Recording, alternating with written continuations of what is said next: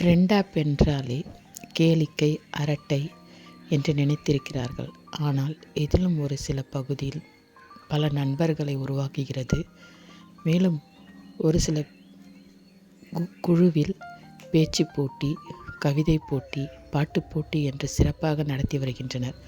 அதில் ஒருவர் தான் மகேஷ் என்பவர். அவருடைய பகுதியில் நடக்கவிருக்கும் கவிதை போட்டியை நாம் இப்பொழுது பார்ப்போம். ராதை நானாவேன், உன் தாய் ராதை நானாவேன். ஈன்ற உதிரம் காயும் முன்னே கங்கை நீரில் வந்தவன் நீ. கங்கை நீரும் காயும் முன்னே எந்த நெஞ்சில் வந்தவன் நீ. அள்ளி அணைக்க பிள்ளை இன்றி அரச மரத்தை சுற்றியவள் நான். எச்சில் முத்தம் நீ கொடுக்க அமிர்தம் இதுவென உணர்ந்தவள் நான்.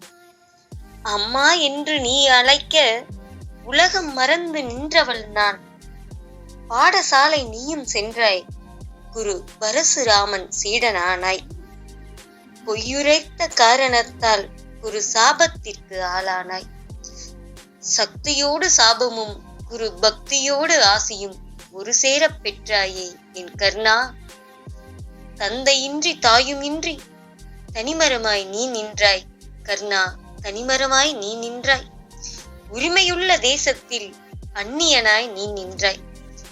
அரச வம்ச குலக்குடியே சூத புத்திரனாய் நீ நின்றாய் கர்ணா, தனிமரமாய் நீ நின்றாய். துரியன் கொண்ட நேசத்தால் அங்கதேச மன்னனானாய். தர்மத்திற்கு தர்மம் செய்யும் தயாபரன் நீயானாய். பாரதம் போற்றும் நட்பிற்கு இலக்கணமாய் மாறி போனாய். கடவுள் கூட உந்தன் புகழ் பாடும் கர்ணனுமாய் மாறி. பாரத போர் தொடங்க குந்தையின் மகனானாய். செஞ்சோற்று கடன் தீர்க்க கௌரவப்படை தலைவனானாய். உயிர் துறந்த மறுநொடியே முழு சத்திரியனாய் நீயுமானாய். இந்த ராதையின் மைந்தனாய் நீ எப்போது ஆவாய் என் கர்ணா, நீ எப்போது ஆவாய். இதில் நான் எங்கே? நான் உன் மீது கொண்ட பேரன்பெங்கே? நெஞ்சில் சுமந்த பேதையின் பாசம் எங்கே? கர்ணா, இந்த ராதையின் மகன் கர்ணன் எங்கே? கர்ணா, கர்ணன் எங்கே? நீ எனக்கு செய்த தர்மம் எங்கே கர்ணா? இந்த தாய்க்கு நீ செய்த தர்மம் எங்கே? கர்ணா, ராதை நானாவே, உன் தாய் ராதை நானாவே. தேங்க்யூ. அதனுள் பிற்காலத்தில் போராட்டமாய் மாறும் நம் வாழ்வும் நிலை இப்போது. அதை தீர்க்க நம் அரசாங்கம் முயற்சிப்பது எப்போது? வலியோடு எழுதுகிறேன். முற்காலத்தில் விவசாயத்திற்கு பெருமை வாய்ந்தது நமது நாடு. ஒரு ஏக்கராம் விளைவித்தால் விளையுமாம் 100 கிலோ நெற்பயிராம். நாம் அனைவரும் வாழ்வையும் தொடர்ந்து பயணிக்க வைத்தது நம் விவசாயம். அப்போதெல்லாம் நம் நாட்டின் 90% மேல் பெரும் பங்கு வகித்தது நமது விவசாயம் எனும் கலை. ஆம், விவசாயமே ஒரு கலைதான். தண்ணீர் ஊற்றி ஏறு விட்டு ஏறு தொடுத்து நெல் விதைத்து மாதம் வைத்து மருந்திட்டு நாத்தெடுத்து மீண்டும் தண்ணீர் பாய்ச்சி ஏறு தொடுத்து நாட்டு நட்டு 2 நாட்களுக்கு ஒரு முறை தண்ணீர் பாய்ச்சி மருந்திட்டு சில மாதத்தில் அறுவடை செய்தும் கலையாய் நட்டார்கள் நாத்து. நம் வாழ்வும் பசியாற்றி உயிரில் குருதியாய் கலந்தது நம் விவசாயம். நம் முன்னோர்கள் ஆண் பெண் என்று எந்த ஒரு பாகுபாடுமின்றி நட்டார்கள் நாட்டு கலையாய். காலையில் எழுந்தும் அந்தி மாலை மறையும் வேளையிலும் ஓயாமல் வேர்வையில் குருதியாய் உழைத்த காலம் அது. இன்றும் என் மனதில் நீங்கா நினைவுகள் அது. 1 கிலோ நெற்பயிராம் விளைத்ததோ 20,000 கிலோவாம் என வரலாற்றில் சொல்லியது நமது தமிழ்நாடு. இதற்கு இருக்கிறது ஒரு வரலாறு. ஆனால் தற்போது விவசாயமே அழியும் காலமாய் மாறுகிறது இன்றைய வரலாறு. நம் விவசாயிகள் தற்கொலையாம். அதற்கு காரணமோ இல்லையாம் லாபகரமான விலை ஊதியமும் ஓய்வூதியமும் கடன் ஊதியமும். அதற்கு போராட்டமும் ஓயாமல் ஐயா கண்ணு முயற்சி. டெல்லி எல்லையில் கண்ணீர் புகை குண்டு வீச்சினை எரிந்தும் துரத்தியது காவல் படை ஆட்சி. இதுதான் இன்றைய சாட்சி. எதற்கும் அஞ்சாமல் 6 மாதம் உணவுப் பொருட்களை வைத்தும் எலிகளை தின்றும் சிங்கமாய் போராட சற்று இறங்கியது மத்திய அரசின் மனமோ. இருந்தும் பேச்சுவார்த்தை இருமுறை தோல்வி ஆனது. விவசாயிகளின் வாழ்வோ கேள்விக்குறியானது. அவர்கள் கோரிக்கைகளோ நியாயமான வழியில் அரசாங்கம் எடுத்ததோ மரவழியில் அடித்தும் உடைத்தும் ஓயாமல் போராட்டம். அவர்கள் அனைவரின் கண்களிலும் நீரோட்டம் நிற்காமல். அவர்கள் என்ன கைதிகளா, இல்லை தீவிரவாதிகளா?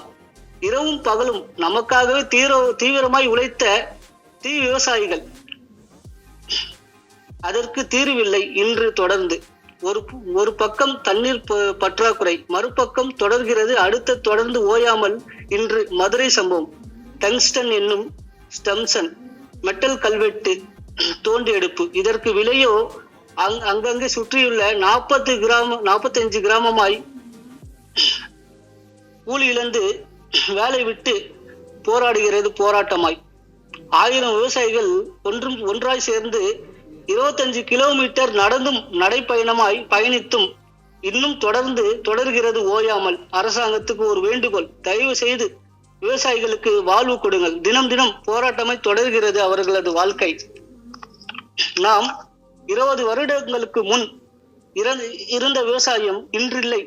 நீங்கள் தான் அவர்களின் வாழ்வை விடிய ஏற்ற வேண்டும் ஒளி தீபமாய். நமக்காக உழைத்த அவர்கள் நாளை தூக்கிட்டு தற்கொலையாய் விடுகிறார்கள். உயிர் தினம் தொடர்கிறது தொடர்ந்து. அவர் உழைத்தும் நமக்கு உணவளித்தும் வாழ வைத்த உயிர். நாளை அவர் இல்லை என்றால் நாம் யாரும் இல்லை. போதும் போராட்டம். அவர்களை போராடி வீழ்ந்தால் நாளை நம் தலைமுறைகளை சாப்பிட உணவுகள் இல்லா களமாய் மாறிவிடும். அவர்கள் வாழ்வும் போராட களமாய். நன்றி. அந்த கவிதையை ரஜினிகாந்த் என்கிற நான் படிக்கப் போகிறேன். அதாவது என் கவிதையின் தலைப்பு என்னவென்றால், விதைக்கப்பட்டுள்ளாய் வீரத்துடன். இதுதான் என்னுடைய கவிதையோட தலைப்பு. Okay, let's start. Ready, start. 1 2 3. Okay, action. Okay. நீங்கள் பிறந்த மாநிலம் வேண்டுமானாலும் ஒடிசாவாக இருக்கலாம், ஆனால் ஒட்டுமொத்த இந்தியாவிற்கும் சொந்தம் ஐயா நீ. ஆனால் நீங்கள் பேசும்போது அடுத்த ஜென்மம் ஒன்று இருந்தால் தமிழனாக பிறக்க வேண்டும் என்றாய். இதை சொல்வதில் கர்வம் கொஞ்சம் அதிகம்தான் எனக்கு. இளைஞர்களே, உங்கள் குருதியை தாருங்கள், உங்களுக்கு விடுதலையை தருகிறேன் என்றாய். சுதந்திரம் என்பது கொடுக்கப்படுவதல்ல, எடுக்கப்படுவது என்றாய். முதலில் தன்னை மாற்றிக்கொள்ள எவன் ஒருவன் தயாராக இருக்கிறானோ அவனே உலகை மாற்ற தயாராக இருக்கிறான் என்றாய். பிறக்கும் குழந்தை கூட அழுகை எனும் புரட்சி செய்துதான் தன் தேவையை பூர்த்தி செய்து கொள்கிறது. அதிகாரத்துடன் இணங்கி போவதும் அடிமையாய் இருப்பதும் மனித மனத்தின் சாபக்கேடு. எத்தனை தியாகங்கள் செய்வதாக இருந்தாலும் அதர்மத்தை எதிர்த்து போர் புரிவது ஒன்றுதான் ஒவ்வொரு மனிதனுடைய தலையாய கடமையாய் இருக்க வேண்டும் என்றாய்.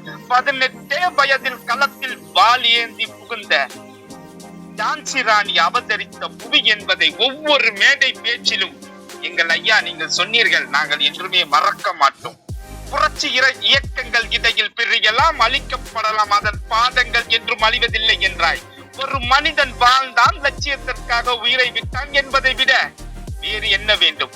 உன்னை பற்றி பேசும் பொழுது பேச்சு வீச்சானது, எழுதும் போதோ என் பேனா வாளாக மாறியது. உன் இறப்பை கூட காட்டிக் கொள்ளாத வீரன் ஐயா நீ. ஐயா நேதாஜி, நீங்கள் இறக்கவில்லை, விதைக்கப்பட்டுள்ளீர்கள் வீரத்துடன். Okay, thank you. என் பேர் மீனா, நான் சென்னையிலேருந்து பேசுகிறேன். இப்போ எனக்கு கொடுத்துருக்க டாபிக் பார்த்தீங்கன்னா சீதை. எரிமழையாய் நீ என்னை உமிழ்ந்தாலும் அடைமழையாய் உன்னை அணைப்பேனே. எரிமழையாய் நீ என்னை உமிழ்ந்தாலும் அடைமழையாய் உன்னை அணைப்பேனே. துரோகம் கொஞ்சம் உன் வார்த்தைகள், குரோதம் கொண்ட மனம் கிழித்தாலும் என் மனம் தாழ்வதில்லை. அரங்கேறிய நாடகங்கள் அரங்கை நடுங்கச் செய்தாலும் ராமாயணத்தில் சீதை தீக்குளித்த தடம் கண்ட ராமன் என் தேவன் அன்றோ. கரம் பிடித்த கணவன், காலம் சுமந்த குழந்தைகள், தன் குலம் காத்து காதலை காத்த சீதையே எம் தெய்வம். இவ்வாறெல்லாம் பாட வேண்டும் என்று தான் எனக்கு ஆசை. ராமாயணத்தில் சீதையை தீக்குளிக்கச் சொன்ன ராமன் சிறிது யோசித்திருக்கலாம். தன் அப்பா அம்மாவை தீக்குளிக்க செய்திருந்தால் தன் நிலை என்னவென்று. ராமாயணத்தில் சீதையை தீக்குளிக்கச் சொன்ன ராமன் தன் அப்பா அம்மாவை தீக்குளிக்க செய்ய சொல்லியிருந்தால் தன் நிலை என்னவென்று. ஓ ராமா, நீ சீதையை கற்பை சோதிப்பதற்கு அல்ல, நீ சீதையின் கற்பை சோதிப்பதற்கு தீக்குளிக்க செய்யவில்லை, ராவணனின் கற்பை சோதிக்க. இதை நான் புரிந்து கொண்டேன். பல சீதைகள் இன்றும் உயிருடன் வாழ்ந்து கொண்டு தான் இருப்பார்கள். ஆனால் அனைவரும் ராமர் இல்லை. இதை இந்த உலகம் புரிந்து கொள்ள வேண்டும். என்ன நண்பர்களே, கைபேசி என்றாலே அனைத்தும் கேளிக்கை விளையாட்டாக நினைத்து கொண்டிருக்கிறோம். ஆனால் இதில் சில நல்ல விஷயங்களும் உள்ளன. இப்படியாக நாம் நல்ல விஷயங்களை மட்டும் எடுத்துக்கொள்ள வேண்டும். இதன் மூலம் நம்மளுடைய அறிவுத்திறமையையும் தம்முள் இருக்கும் திறமைகளையும் நாம் வெளிக்கொணர வேண்டும். இதுவே என்னுடைய வேண்டுகோள். நன்றி, வணக்கம்.